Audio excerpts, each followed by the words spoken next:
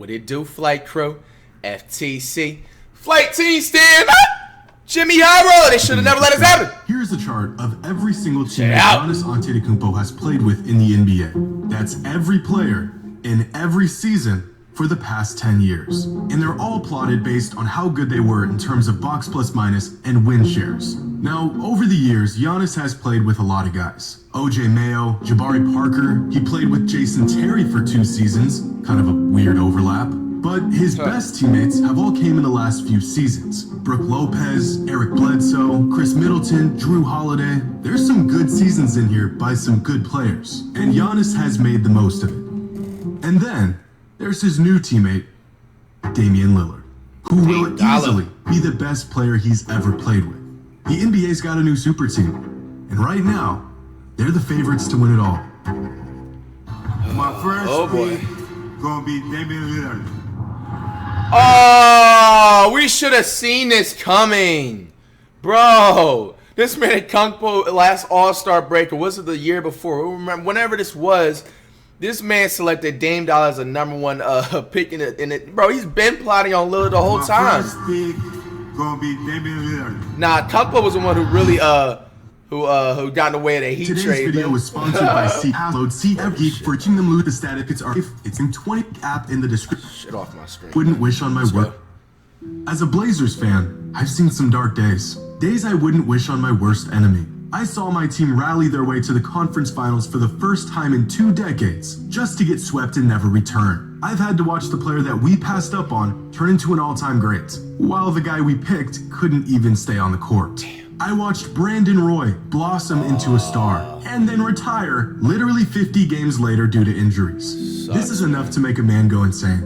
And then, the chosen one. Our loyal king, the one glimmer of hope in a bleak and desolate franchise, just packs up and leaves to the Bucks, and we get stuck with DeAndre Ayton, a guy we aren't even gonna keep, a rookie, and a 7th grader. And I'm not even sure where the Bucks came from. The Blazers and the Heat were stuck in one of the weirdest, most drawn-out stalemates for the last 3 months. And out of nowhere, the Bucks came and picked him up for actually a reasonable price. And as sad as I am to see Dame go, I'm happy for the guy. Despite everything he's given to the Blazers, the organization never quite put him in a position to win. The man has been in the league for 11 seasons and has played with only 1 All-Star. And even that was nearly a decade ago. In fact, throughout his career, Dame has made 7 All-NBA teams, a feat only 46 players throughout the history of the NBA have accomplished.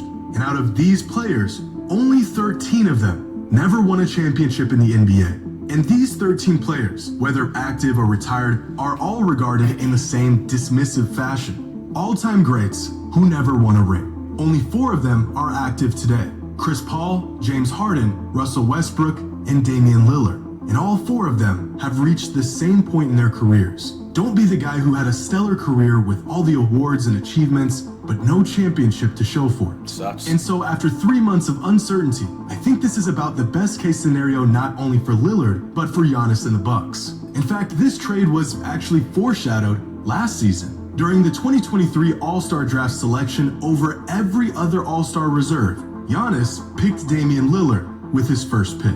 Back in 2022, Dame was asked who he would play with if he could choose any active player.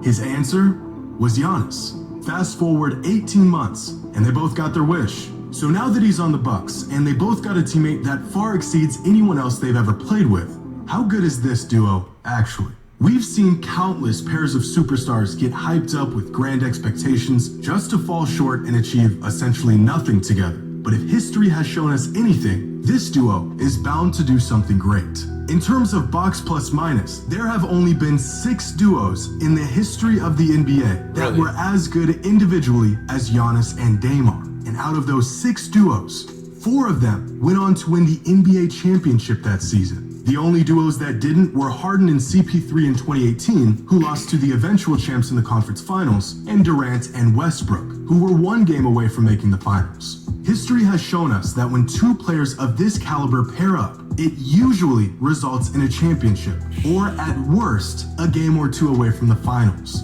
we are looking at potentially one of the best duos. They got to get through the Warriors in the West first. Last season, Dame averaged 32 points, 7 assists, and 4 rebounds a game. Now, those aren't just historically great numbers. That's a stat line that only Michael Jordan, James Harden, and Luka Doncic have ever achieved in the history of the NBA. Even crazier, Dame did all of this on record high efficiency. And last season, Giannis put up 31 points. Damn, Dame averaged 32 last season, bro. How is this fair for him going on the Bucks, bro?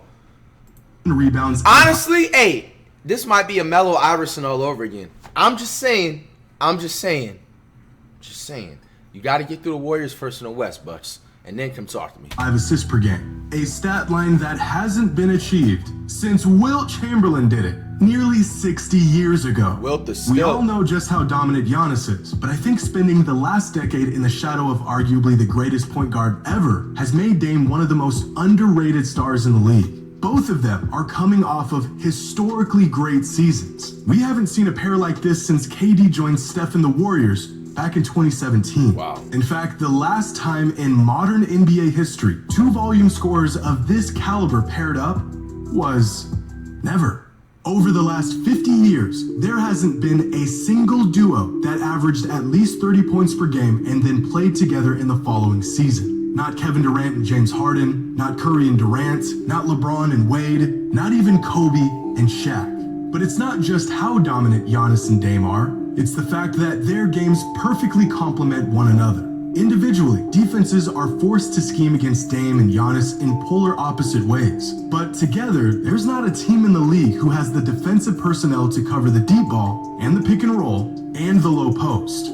Just think, every single attempt at creating a superstar tandem in recent years involves 2 players that usually have similar strengths and weaknesses. As good as Kyrie and Durant were, their games didn't complement one another. Kawhi and PG are great individually, but as a whole, their skill sets are far too similar to create a real dynamic offense. Most of the time, just taking turns on who's going to get the next possession. Even LeBron and AD are 2 oversized forwards who tend to play away from the basket and dominate possessions 1 turn at a time. For the exact opposite reason, this is why I think the duo of Jamal Murray and Nikola Jokic works so well. 2 completely different but compatible playstyles. Aside from Murray, who isn't quite a superstar, and Jokic, the last time we saw a Murray's a superstar, my man. High roller. duo that was made up of 2 mega I'm not even a stars Nuggets with fan. You gotta admit complementary Murray's a skills and superstar. positions was 2 decades ago with Shaq I'm taking and him over Kobe. Booker and Devin Damian any day. Lillard's Come demand to on. be traded wasn't some breach of loyalty. It was an attempt to regain control of his career and earn a real chance at winning, like many others before him have done. How many all-time greats put their loyalty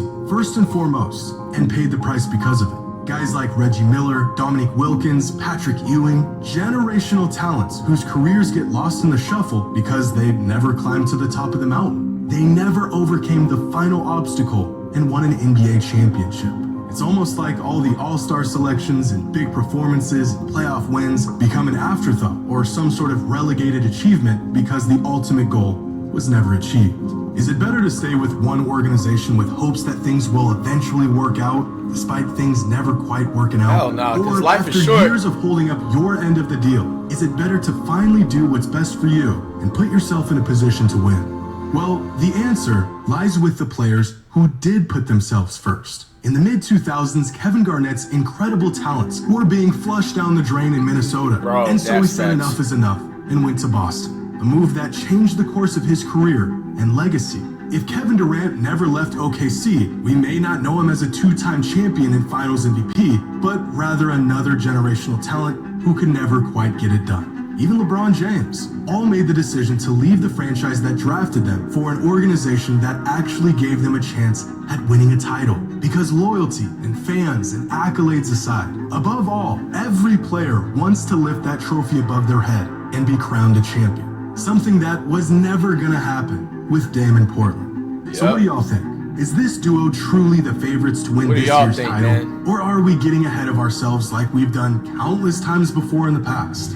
Are I mean, Dame and they gotta Giannis get a through the real Warriors match made first. for winning, or is this team going to I'ma be just continue another saying it. failed attempt at combining talents in hopes that it yields something great? Let me know your thoughts in the comments below. And as always, until next time. What do y'all think overall, man? Hey, I mean, I feel like the Bucks are going to go through trial and error, but to say they're going to get past the Warriors and go to the championship is a laughing stock.